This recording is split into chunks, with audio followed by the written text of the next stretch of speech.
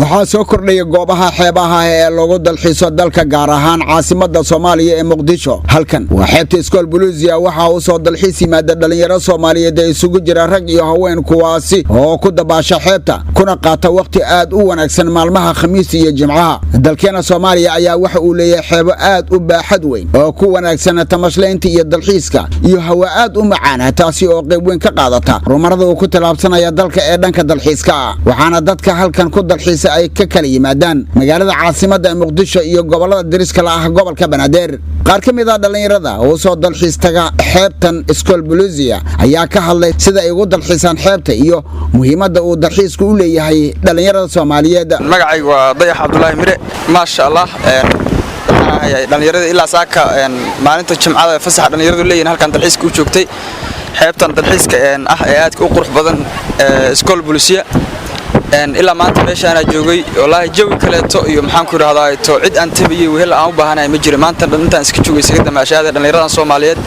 ee quruxda badan ee rag iyo dumar kale jawigan waxaan meeshaan ku qaataan kamid ahay wallahi wuxuu u leeyahay muhiimadiis uu leeyahay waxa waaye dhalinyarada inay ka kaaftoomaan wadamada kaleeto iyo meelaha shisheeye u dalxiisayaan dalkooda hooyo qurux badan sidaan ah isaga inay waqtigii iyo dalxiiskii iyo wixii ay ku qaadan lahaayeen wadan shisheeye ay ku qaataan. anigoo ah maan Shariif Maxamed maanta waxaa joogaa xeebta Iskool Boliisiya waxaan soo dalxiisay badda Iskool Boliisiya asxaab dhan way joogaan jimcaha kastin maxalaalo iyo khamiis kasta la xeebta la soo dalxiiso.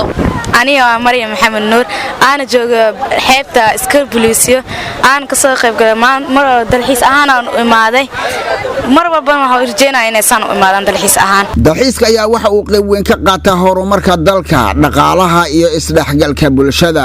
Muuse Cismaan Abtow, telefishinka qaranka Soomaaliyeed, Muqdisho.